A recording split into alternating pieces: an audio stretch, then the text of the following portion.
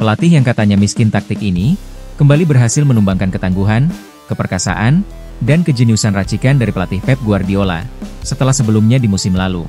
Don Carlo alias Carlo Ancelotti juga berhasil meredam dan membungkam betapa tajam dan mengerikannya ala permainan tiki-taka yang dibawa Pep Guardiola sebagai wakil raksasa dari Liga Inggris yang kita ketahui sebagai liga terbaik di dunia.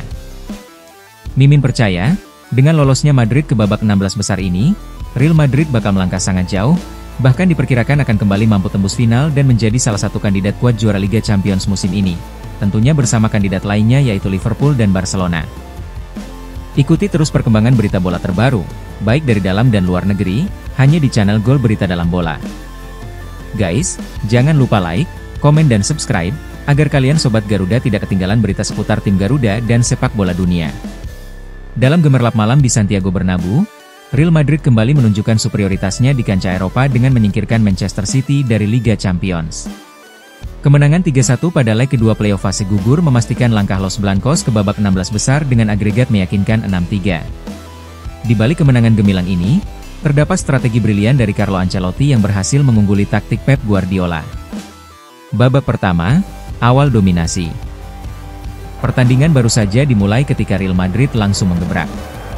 Pada menit keempat, umpan panjang dari bek muda Raul Asensio berhasil diterima dengan sempurna oleh Kylian Mbappe. Dengan kecepatan dan ketenangannya, Mbappe mengecoh Ederson dan mencetak gol pembuka. Gol cepat ini tidak hanya mengangkat moral tim, tetapi juga menegaskan niat Madrid untuk mendominasi sejak awal.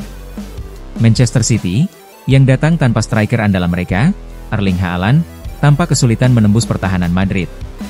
Absennya Haaland menjadi celah besar dalam serangan City, membuat lini depan mereka kurang tajam dan mudah diantisipasi oleh barisan belakang Los Blancos.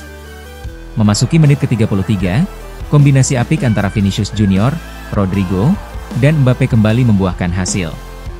Umpan tarik dari Rodrigo diselesaikan dengan tenang oleh Mbappe, yang berhasil mengecoh bek City, Joško Gvardiol, sebelum menceploskan bola ke gawang. Skor 2-0 menutup babak pertama dengan keunggulan signifikan bagi tuan rumah.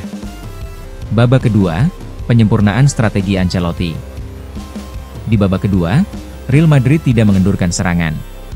Pada menit ke-61, Mbappe melengkapi hat-tricknya melalui tembakan melengkung indah yang mengarah ke tiang jauh, membuat Ederson kembali tak berdaya.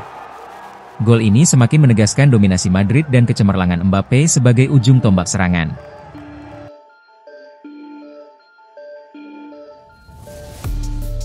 Sementara itu, Guardiola mencoba merespons dengan melakukan sejumlah pergantian pemain, namun upaya tersebut tidak mampu mengubah jalannya pertandingan. City tampak kehilangan arah, dan serangan-serangan mereka kerap kandas di tengah jalan. Di masa injury time, City berhasil mencetak gol hiburan melalui Nico Gonzalez, memanfaatkan bola muntah hasil tendangan bebas Omar Marmoush yang membentur mistar gawang. Namun, gol tersebut tidak cukup untuk mengubah nasib The Citizens di kompetisi ini. Ancelotti versus Guardiola, pertarungan strategi. Kemenangan ini bukan hanya soal keunggulan pemain di lapangan, tetapi juga pertarungan taktik antara dua pelatih legendaris. Carlo Ancelotti, dengan pengalamannya yang luas, mampu membaca kelemahan City dan memanfaatkannya dengan efektif. Keputusan untuk menekan sejak awal dan memanfaatkan kecepatan lini depan terbukti jitu. Di sisi lain, Pep Guardiola tampak kesulitan menemukan formula yang tepat untuk menghadapi strategi Ancelotti. Absennya Haaland memang menjadi salah satu faktor, namun ketergantungan pada satu pemain menunjukkan kurangnya fleksibilitas dalam skema permainan City. Guardiola sendiri mengakui bahwa timnya tidak lagi berada di puncak performa dan membutuhkan perombakan untuk kembali kompetitif di level tertinggi. Masa depan kedua tim. Dengan kemenangan ini, Real Madrid melangkah ke babak 16 besar dan semakin mempertegas status mereka sebagai Raja Eropa. Kylian Mbappe, dengan performa gemilangnya, menjadi simbol kebangkitan Los Blancos dan harapan baru bagi para Madridista. Sementara itu, Manchester City harus mengevaluasi kembali strategi dan komposisi tim mereka.